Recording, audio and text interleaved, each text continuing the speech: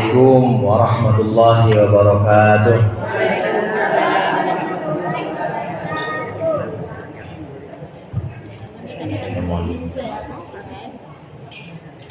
Al-Fatihah.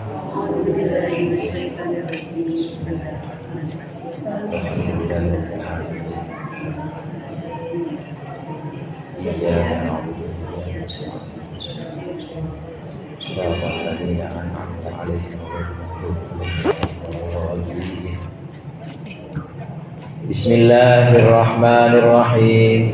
Alhamdulillahil mu'allimi wa musahhilil khairi liman yata'allamu.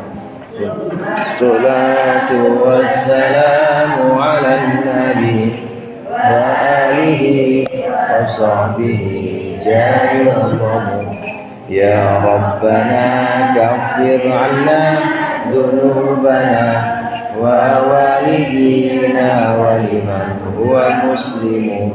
Nad'uka Allahumma ilman nafi'a min yawmina ilal hisabi yaqumu. Amin amin amin wa ya fattahu. Amin amin amin wa ya alimu. Alhamdulillahilladzi ahya bi dzikrihi quluba ibadihil arifin wa amata an bawatihim hujubal khafa'i fa qamu li irsyadil ibad ila ulumiddin. Wassalatu wassalamu ala sayyidina Muhammadin wa ala alihi wa ashabihi sadatil akramin. Amma ba'du, fa inna asdaqal hadithi kitabullah wa khairul hadi hadi Muhammadin sallallahu alaihi wasallam wa syarrul umuri muhdatsatuha wa kullu muhdatsatin bid'ah wa kullu bid'atin dhalalah. Para ustadzah, para hujjah, hajjah, ibu hadirat sekalian jamaah Masjid Al-Abror, Majelis Taklim kaum ibu yang dirahmati oleh Allah. Alhamdulillah pada sore hari ini kita berkumpul melanjutkan pengajian rutin kita, mengaji kitab Irsyadul Ibad. Mudah-mudahan tadi yang sudah dibaca dan yang akan kita baca menjadi sesuatu yang bermanfaat dunia akhirat. Kita amin ya rabbal alamin. Melanjutkan pembahasan beberapa pertemuan yang lalu tentang sholat jamaah. Sholat jamaah ini sholat yang disyariatkan di Madinah atau mulai ditetapkan di Madinah. Ada banyak keutamaan dari sholat jamaah. Di antaranya yang tadinya kurang tahu jadi makin tahu. Yang tadinya kurang tahu jadi makin tahu. Mungkin kalau ibu-ibu semua mah udah pada pinter semua. Sholat udah dari kecil belum? Betul Bu? Tapi kalau untuk orang yang belum tahu, orang yang baru masuk Islam misalnya, dia belum bisa sholat. Nah paling enak sholat jamaah. Maka hikmah sholat jamaah antara lain yang tadinya nggak tahu jadi tahu. Kemudian yang kedua, yang tadinya udah tahu ini jadi semakin tahu. Jadi semakin tahu bagaimana cara sholat yang sebenarnya. Apakah dengan pakaian yang sempurna, apa cukup pakai singlet doang, apakah cukup dengan pakaian yang seadanya atau ditambah dengan pakai wangi-wangian. Nah ini sholat jamaah, di antara hikmahnya menjadikan sholat yang tadinya sudah baik menjadi makin baik lagi. Orang yang tadinya sudah tahu makin tahu dan makin banyak lagi pemahamannya dengan berjamaah. Selain itu sholat jamaah juga untuk membangkitkan semangat. Untuk membangkitkan semangat. Kalau sholat sendiri rasanya ini malas. Maka dengan berjamaah insya Allah itu lebih giat. Insya Allah itu lebih semangat. Coba ibu datang ke masjid ngaji, yang ada cuma lekar doang sama umianah. Semangat nggak kira-kira Bu? Lekar sama umianah doang, semangat nggak? Lebih tinggi mana semangatnya, yang sepi sama yang rame? Yang rame. Demikian juga sholat berjamaah, diantaranya adalah untuk menumbuhkan semangat dalam beribadah. Nah sholat jamaah ini dalam pembahasan kita beberapa pertemuan yang lalu ada hadis-hadis yang dikutip oleh pengarang Di antaranya ada hadis yang sudah kita baca di halaman 219. Sekarang 219 yang bawah itu ya Bu. Wabnu Majah 219 yang bagian bawah, 2 baris dari bawah. Sama-sama kita baca teksnya. Bismillahirrahmanirrahim. Wabnu Majahin an Umara radhiyallahu anhu man shalla fi jama'atin arba'ina lailatan la tafutuhu min sholatin isya'i kataballahu lahu biha itqam minan nar. Dari Imam Ibnu Majah ada sebuah hadis dari Sayyidina Umar radhiyallahu an bahwasannya Rasulullah bersabda, man shalla fi jama'atin arba'ina lailatan, barang siapa yang sholat jamaah 40 malam, la tafutuhu min sholatil isya'i, la tafutuhu, jamaah itu tidak luput darinya, min sholatil isya'i, yaitu sholat isya, kataballahu lahu biha itqam minan nar, maka Allah akan mencatat atau mewajibkan untuknya sebab jamaah itu Allah wajibkan itqan minan nari, selamat dari api neraka. Mau selamat Bu? Mau selamat? Di antara cara-cara kita dapat keselamatan atau jaminan selamat dari Allah, kita sholat isya berjamaah 40 malam. 40 malam jangan putus. Insya Allah itu Allah tetapkan, Allah wajibkan sebagai orang yang menerima jaminan bebas dari api neraka. Kenapa sholat isya? Karena sholat isya ini memang sholat yang cukup berat untuk berjamaah. Pengen nunggu suami belum pulang. Ke masjid udah pada bubar misalnya. Orang lagi pada sholat, ibu masih masak. Orang lagi pada sholat, ibu masih ada urusan. Akhirnya nunggu suami ketiduran juga, kan berat tuh sholat isya. Ada beberapa sholat yang memang jamaahnya ini sangat diutamakan dibanding sholat-sholat jamaah lain. Yang pertama sholat Jumat. Sholat apa Bu? Jamaah dalam sholat Jumat ini jamaah yang paling utama, apalagi nilainya wajib. Sholat Jumat itu wajib jamaah, sendirian aja nggak jadi sholat Jumat. Wajib jamaah. Karenanya jamaah sholat Jumat ini adalah jamaah yang paling utama, sholat yang paling utama, yaitu sholat berjamaah Jumat. Nomor 1 nih, catat Bu, nomor 1 sholat apa? Sholat Jumat jamaah, sholat Jumat berjamaah ini adalah yang paling utama. Yang kedua, sholat subuh berjamaah. Sholat subuh berjamaah, terutama sholat subuhnya Jumat. Sholat subuhnya hari Jumat berjamaah. Ini urutan yang kedua. Yang ketiganya baru sholat subuh di hari-hari lain. Jadi yang pertama sholat Jumat, jamaah sholat Jumat. Yang kedua jamaah sholat subuh di hari Jumat. Kemudian yang ketiga jamaah sholat subuh di hari-hari lain. Nah setelah itu baru jamaah sholat isya. Baru jamaah sholat isya. Yang sedang kita bahas di sini orang yang melaksanakan sholat jamaah isya selama 40 malam berturut-turut, maka akan Allah jamin, ada jaminan bebas dari api neraka. 40 malam nggak putus-putus. Kalau belum ada yang diajak sholat ya berarti tungguin. Kalau toh memang harus nungguin malam ya nggak apa-apa, asal jangan ketiduran aja. Ini di sebagian riwayat bahkan sholat isya itu memang Rasulullah kadangkala ini Rasulullah akhirkan. Kadangkala Rasulullah mengakhirkan sholat isyanya, artinya bukan pas banget jam 9.08, bukan pas banget jam 7.15, bukan, tapi diakhirkan. Nah demikian juga kita kalau ingin cara seperti ini nunggu jamaah ya boleh kita sholatnya agak malam, yang penting dapat jamaah. Berapa malam Bu? 40 malam. Itu urutan yang ketiga ya. Urutan yang ketiga, yang keempat. Kemudian yang berikutnya urutan sholat jamaah yang paling bagus yaitu sholat jamaah asar. Sholat jamaah asar. Kemudian sholat jamaah zuhur. Kemudian sholat jamaah maghrib. Jadi yang paling buncit, yang paling bawah itu sholat jamaah Bu? Maghrib. Sekarang saya tanya sama Ibu, ramian jamaah maghrib apa ramian jamaah subuh? Ramian subuh apa ramian maghrib Bu jamaahnya? Ramian maghrib. Padahal lebih utama mana subuh jamaah subuh sama jamaah maghrib? Lebih utama subuh. Subuh itu nomor 1 ya, walaupun setelah Jumatan. Kalau Jumatan memang wajib Jumatan, kemudian subuh di hari Jumat berjamaah, kemudian baru subuh di hari-hari yang lain berjamaah.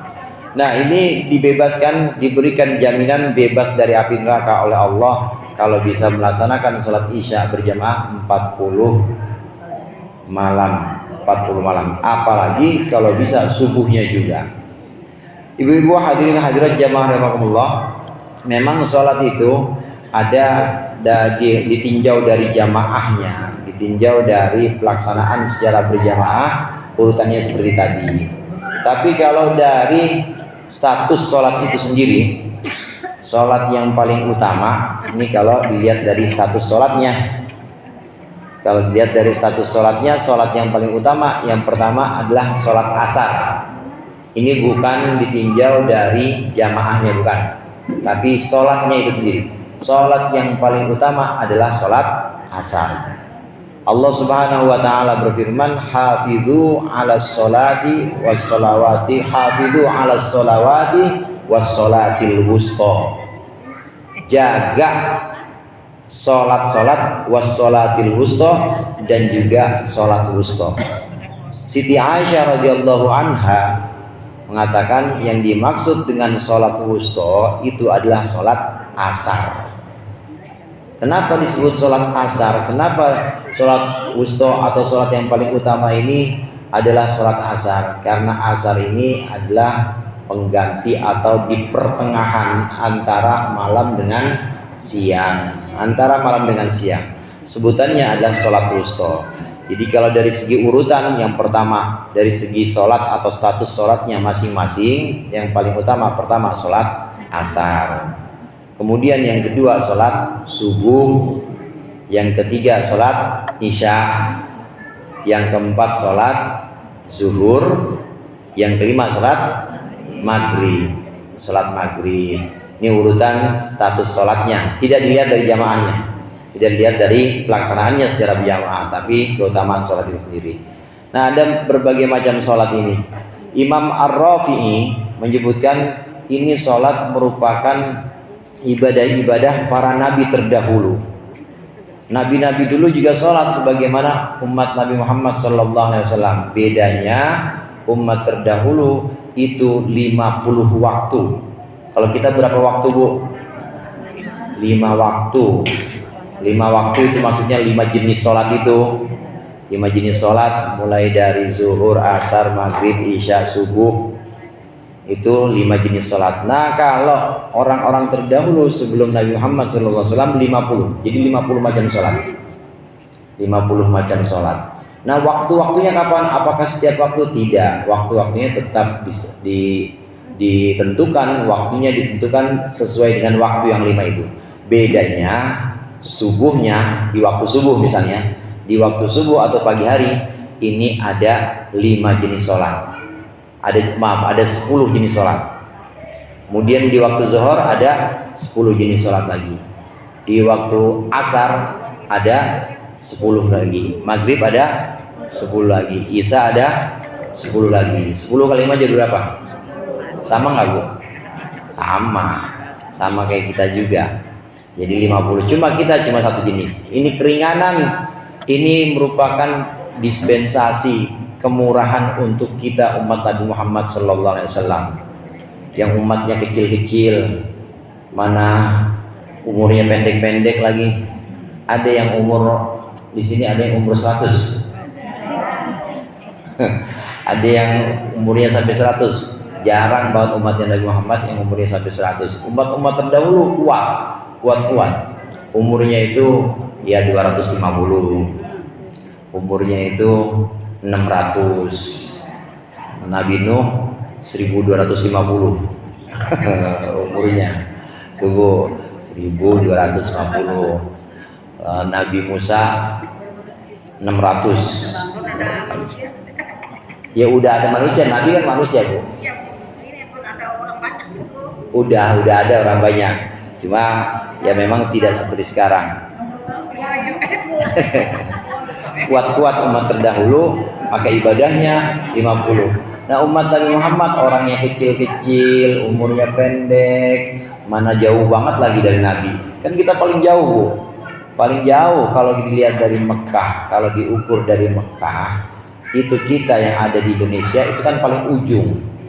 Paling ujung, paling jauh, masanya juga paling jauh, udah 14 abad yang lalu Rasulullah, dan kita tempatnya juga paling jauh, ada di ujung timur, sementara Nabi Muhammad ada di timur tengah. Nabi Muhammad ada di Mekah, emang di tengah-tengah memang.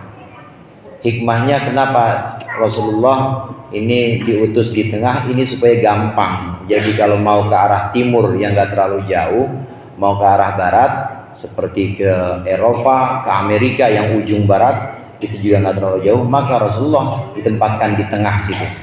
Nah kita termasuk yang paling jauh ke timur nih, paling jauh dari Rasulullah, masanya paling jarak masanya itu paling panjang udah 14 abad, tapi kita masih ngikutin sholat. Alhamdulillah. Ada yang dekat dengan Rasulullah tapi nggak sholat Bu. Orang-orang kafir Quraisy pada waktu itu dekat banget kan dengan Rasulullah. Rumahnya kadang-kadang ya cuma beda berapa petak sama rumah Rasulullah. Kadang-kala ada yang nempel dengan Rasulullah. Namanya Abu Lahab. Abu Lahab itu rumahnya nempel sama Nabi. Tapi karena tidak Allah takdirkan dapat hidayah, ya nggak dapat. Akhirnya nggak sholat. Padahal nempel rumahnya. Nah ibu yang rumahnya pelik, tahu pelik Bu? Jauh kayaknya. Yang rumahnya pelik jauh, ya udah gitu lama, udah 14 abad, tapi masih Allah berikan hidayah untuk bisa sholat. Alhamdulillah. Sholat ini juga merupakan satu pembatas, artinya merupakan satu ciri khas, merupakan satu pembeda antara kita dengan orang-orang yang tidak mengikuti Nabi Muhammad SAW. Nah sholat-sholat ini dilaksanakan juga oleh umat-umat terdahulu, oleh para nabi terdahulu. Sehingga kata Imam Rafi'i, beliau mengatakan bahwa sholat subuh itu sholatnya Nabi Adam. Sholat subuh sholatnya Nabi Adam. Walaupun Nabi Adam bukan berarti sholatnya subuh doang, bukan. Sholat asar itu sholatnya Nabi, sholat zuhur dulu. Sholat zuhur itu sholatnya Nabi Daud. Sholat asar, sholatnya Nabi Sulaiman. Kemudian sholat maghrib, sholatnya Nabi Yunus. Sholat maghrib, sholatnya Nabi Yakub, sholat maghrib, sholatnya Nabi Yakub. Kemudian sholat isya, baru sholatnya Nabi Yunus. Bukan berarti para nabi itu sholatnya cuma satu itu. Nabi Yunus misalnya sholatnya isya doang, bukan. Nabi Yakub sholatnya maghrib doang, bukan. Tetapi yang dimaksud di sini para nabi yang disebutkan tadi, Nabi Adam sholatnya sholat subuh, kemudian Nabi Daud sholatnya sholat zuhur, Nabi Sulaiman anaknya Nabi Daud, Nabi Sulaiman asar, sholat asar itu sholatnya Nabi Sulaiman, sholat maghrib itu sholatnya Nabi Yakub, sholat isya sholatnya Nabi Yunus. Ini maksudnya di waktu inilah, di waktu yang tadi disebutkan 5 itu, Nabi yang 5 tadi diterima taubatnya oleh Allah Subhanahu wa Ta'ala. Nabi Adam kan taubat Bu. Nabi Adam saat Allah perintahkan turun dari surga, turun ke dunia, dipisahkan oleh Allah dengan Siti Hawa. Dipisahkan hingga bertahun-tahun tidak ketemu. Nabi Adam menerima kalimat atau kata-kata untuk bertaubat. Rabbana dzalamna anfusana wa illam taghfir lana wa tarhamna lanakunanna minal khasirin. Dibaca itu terus Bu, nunduk aja nunduk, nggak berani natap langit. nggak berani natap langit karena salah, sudah melakukan kesalahan. Allah terima tobatnya Nabi Adam di waktu subuh. Allah terima tobatnya Nabi Daud di waktu zuhur. Allah terima tobatnya Nabi Sulaiman di waktu asar. Allah terima tobatnya Nabi Yakub di waktu maghrib. Allah terima tobatnya Nabi Yunus di waktu isya. Nabi Yunus kan juga pernah mengakui kesalahannya. La ilaha illa anta subhanaka inni kuntu minadz dzalimin. Itu tobatnya Nabi Yunus pakai doa itu. Belum waktunya pergi dari kampung, belum Allah izinkan pergi dari kampung, Nabi Yunus udah pergi duluan. Id abaqa fil fulkil mashhun. Abaqa itu artinya minggat. Tahu minggat, Bu? Minggat itu pergi kagak bilang. Apa? Merat, kabur. Pergi kagak bilang-bilang, namanya abaq. Minggat, bahasa Arabnya abaq. Nabi Yunus bukan Cingunus, bukan. Nabi Yunus belum waktunya untuk pergi dari kaumnya karena azab belum turun. Harusnya para nabi menunggu izin dulu dari Allah. Selalu menjadi adat atau kebiasaan Allah. Jika Allah ingin menurunkan azab pada satu kampung, itu pasti nabinya disuruh keluar dulu, pergi dari kampung itu. Nanti setelah nabinya pergi baru Allah turunkan azab. Nah, Nabi Yunus pada waktu itu belum Allah perintahkan buat keluar. Tapi karena Nabi Yunus sudah yakin bakal turun itu azab, Nabi Yunus keluar. Akhirnya naik perahu, ikut di sebuah kapal besar, dan singkat cerita diundi Nabi Yunus harus keluar dari kapal karena kapal ini overload. Overload, Bu? Overload, tahu overload? Kepenuhan. Diundi, ini harus ada yang keluar. Kata nakodanya, ini biasanya kapal kalau begini ada orang minggat nih, katanya.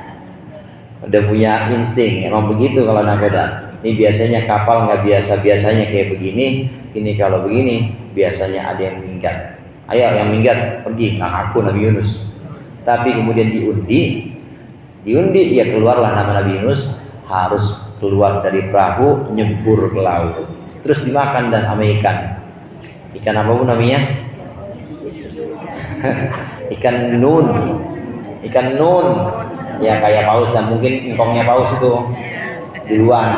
Ikan nun makan. Nah, di situ Nabi Yunus merasa bersalah, kemudian mengucapkan la ilaha illa anta subhanaka inni kuntu minadz dzalimin. Tidak ada Tuhan selain Engkau ya Allah, Maha suci Engkau, aku kotor. Maha suci Engkau, aku nista dan banyak kesalahannya. Inni kuntu minadz dzalimin, sesungguhnya aku telah zalim terhadap diri dan kaumku. Baca itu terus, akhirnya Allah terima taubatnya. Itu ikan lama kelamaan Nabi Yunus baca itu enak perutnya. Bu, apa perutnya? Enak perut ikan. Akhirnya muntah. Muntah, keluarlah Nabi Yunus. Diterimalah taubatnya Nabi Yunus di waktu sholat. Bu, di waktu sholat Isya. Makanya sholat Isya disebut dengan sholat Nabi Yunus. Ini menurut Imam Rafi'i. Wa Tabrani an Abi Ubaidah laisa minas sholati salatun afdalu min sholatil fajri yaumal jumu'ati. Imam Tabrani meriwayatkan satu hadis dari Abi Ubaidah bahwasannya Rasulullah bersabda, laisa minas sholati salatun afdalu. Tidak ada satu salat yang lebih utama min sholatil fajri yaumal jumu'ati ketimbang salat subuh hari Jumat. Fil jamaati, dengan berjamaah.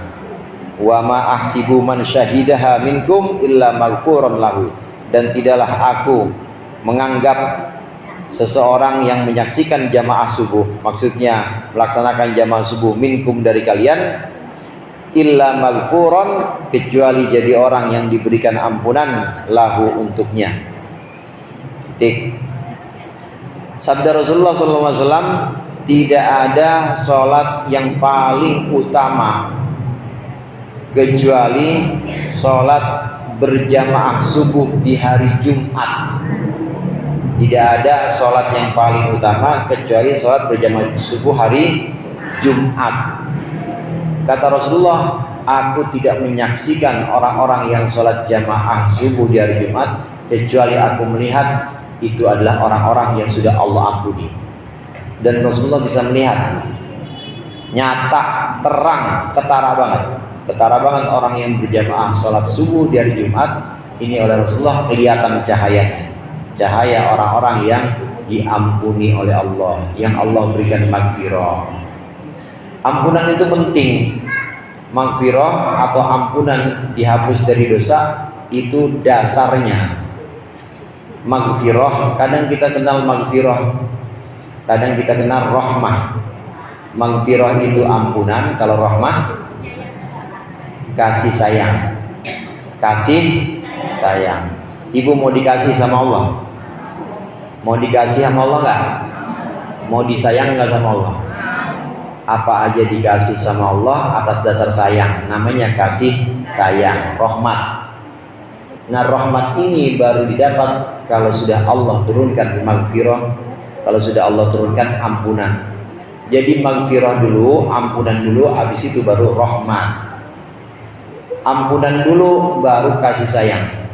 Maghfirah ini seperti keadaan di mana Allah membersihkan badan kita dulu. Baru setelah dibersihkan, baru Allah berikan pemberian-pemberian Allah yang banyak sekali. Sama halnya seperti kita. Kita kalau pengen dandanin bocah nih, nah perempuan, kita mandiin dulu, baru kita pakaiin baju bagus sama bedak. Apa langsung bangun tidur kita pakai bedak? Bangun tidur langsung dipakein bedak sama minyak telon, bedaknya udah kayak geplak. Bangun tidur langsung dipakein, apa dimandiin dulu, Bu? Mandiin dulu pasti, mandiin dulu, dibersihin, gantiin dulu. Kalau emang dia ngompol, cebokin dulu. Nanti kalau udah bersih baru dikasih baju baru.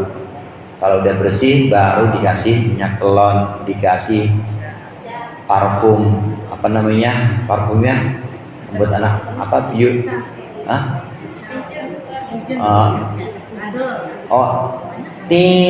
sensor. Yang nyebutin merek, bukan mereknya maksudnya, apa namanya, kolon maksud saya, bukan parfum tapi kolon. Itu dikasih semua pemberian-pemberian yang bagus itu ya kalau udah bersih, kalau udah mandi. Sama juga demikian kiranya Allah memberikan kepada kita segala macam bentuk sayangnya. Allah kasih semuanya atas dasar sayang, kasih sayang. Itu kalau sudah ada maghfirah, kalau sudah ada ampunan, dibersihin dulu, dibersihin dari kita dosa-dosa kita. Nah kemudian setelah itu baru dapat rahmat. Rahmat ini datang menyusul setelah ada maghfirah. Maghfirah itu dasarnya. Karenanya taubatnya seseorang, taubatnya para nabi ini menjadi dasar untuk rahmat Allah turun kepada kita semua. Mudah-mudahan bermanfaat. Insyaallah kita lanjutkan pertemuan yang akan datang. Lebih kurangnya mohon maaf. Wallahul muwaffiq ila aqwamit thoriq. Assalamualaikum warahmatullahi wabarakatuh.